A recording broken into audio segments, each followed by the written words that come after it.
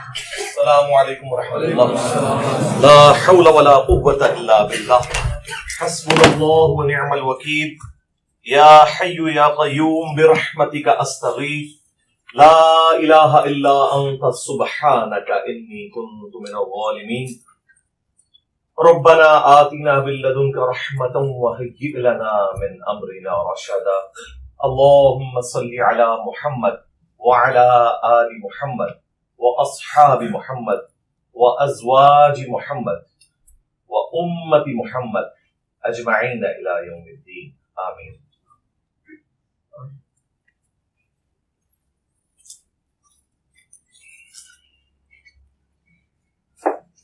الحمد للہ رب العالمین والصلاة والسلام علی سید الانبیاء والمرسلین وعلی آلہ واصحابہ وازواجہ اجمعین الی یوم الدین.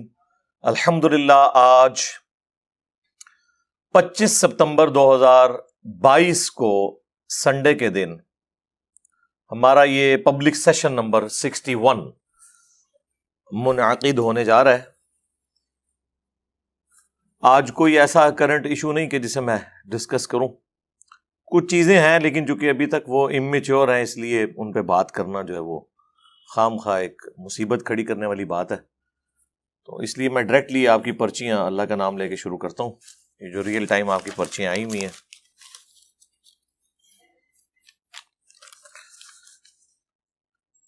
کسی بھی آدمی کی تبلیغ کو صحیح یا غلط جانچنے کے لیے پیرامیٹر کیا ہونا چاہیے، اور اگر آپ اس شخص سے مرعوب ہو جائیں تو اس کی شخصیت پرستی سے کیسے خود کو بچایا جائے؟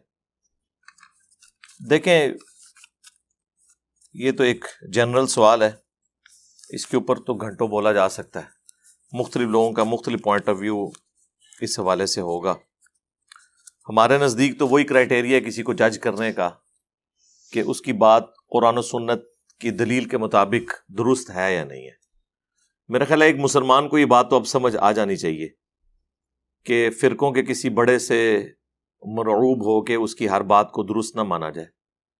باقی یہ جو کسی ٹیچر کا احترام کرنا یا اپنے دل میں اس کے لیے رسپیکٹ رکھنا یا محبت کا جذبہ رکھنا، یہ کوئی گناہ نہیں ہے، نہ یہ شخصیت پرستی ہے.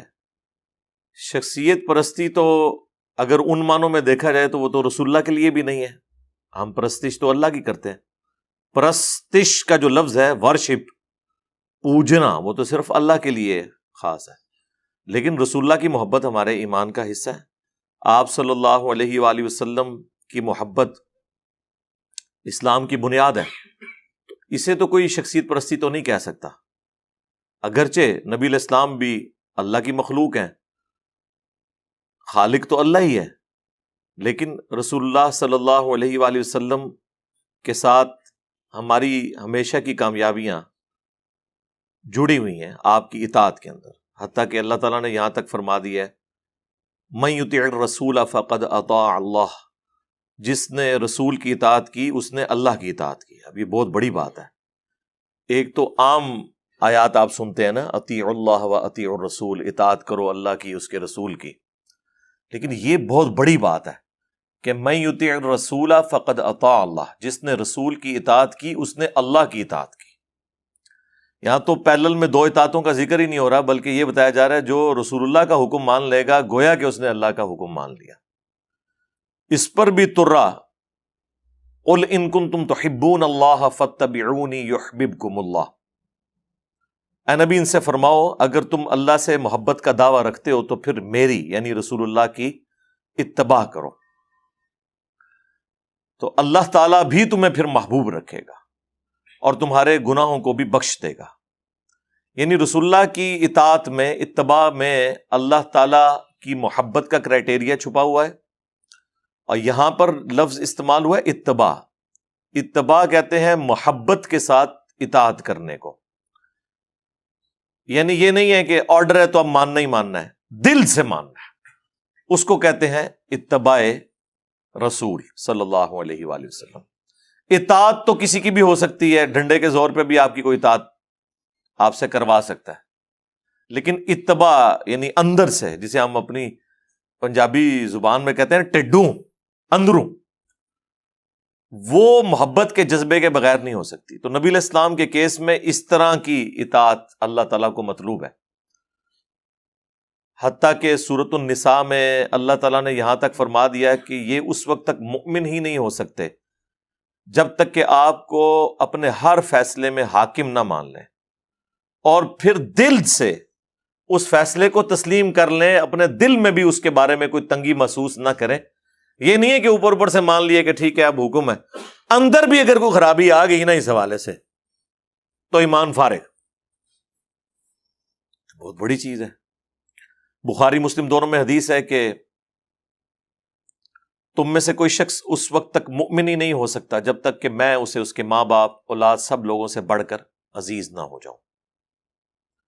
ایک اور حدیث ہے اسی کو سپورٹیو صحیح بخاری کے اندر، سیدنا عمر فاروق رضی اللہ تعالیٰ عنہ نبی علیہ السلام کے ساتھ چہل قدمی کر رہے تھے. رسول اللہ کا ہاتھ انہوں نے محبت سے اپنے ہاتھوں میں پکڑا ہوا تھا.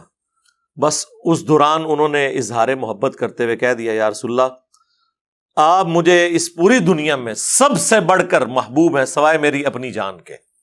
اور سچ بولا، انسان کو اپنی جان سے آگے تو کوئی چیز نہیں ہوتی. لیکن یہ بھی بہت بڑا دعویٰ تھا کہ آپ مجھے میرے بیوی بچوں ماں باپ سب سے بڑھ کر محبوب ہیں سوائے اپنی جان کے. تو نبی علیہ السلام نے فرمایا نہیں، بلکہ اپنی جان سے بھی بڑھ کر. تو ان کا یا رسول اللہ اب سے آپ مجھے میری اپنی جان سے بھی بڑھ کر محبوب ہیں. تو آپ نے فرمایا ہاں اب تیرا ایمان مکمل ہوا، کہ یعنی جب تک میں تمہاری جان سے بھی بڑھ کر تمہیں محبوب نہ ہو جاؤں. اب یہ ساری باتیں بظاہر تو بڑی جذباتی لگتی ہیں لوگوں کو، اور جو لوگ احادیث کے ساتھ اتنا شغف نہیں رکھتے وہ اس کے بارے میں دل میں قلق بھی محسوس کرتے ہیں کہ ایک ایسی شخصیت جو مخلوق ہے، کیا اس کے ساتھ اس طرح کا محبت کا رشتہ اسٹیبلش کرنا یہ توحید کے منافی تو نہیں ہے؟ تو بالکل نہیں ہے. قرآن میں بھی اللہ تعالیٰ نے فرمایا النبی اولا بالمؤمنین من انفسہم وازواجہ امہاتہم، نبی مومنین کی جانوں پر ان سے بڑھ کر حق رکھتے ہیں، اور نبی کی بیویاں امت کی مائیں ہیں.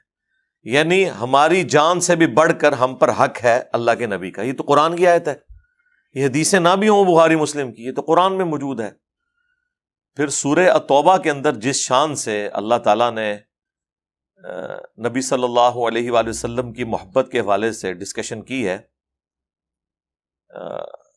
قل ان کان آباؤکم و ابناؤکم، اے نبی تم ان سے فرما دو کہ اگر تمہارے آباء و اجداد، تمہارے ماں باپ، تمہاری اولاد، تمہارے بہن بھائی، باقی رشتے، اور وہ مال جو تم نے بڑی محنت سے کمایا ہے، اور وہ تجارت جس کے ماند پڑنے کا ہر وقت تمہیں اندیشہ لگا رہتا ہے، ساری دنیا کی جتنی چیزیں وہ گنوا کے اللہ تعالیٰ نے فرمایا کہ اگر یہ ساری چیزیں تمہیں اللہ اور اس کے رسول اور اللہ کی راہ میں جہاد کرنے سے، جہاد قتال کی شکل میں بھی ہے اور شریعت کی پابندی کی شکل میں بھی، کیونکہ جہاد کہتے ہیں کوشش کرنے کو، ان تین چیزوں سے بڑھ کر اگر وہ دنیا کی چیزیں تم پر حاوی ہو گئیں تو پھر اللہ تعالیٰ کے عذاب کا انتظار کرو.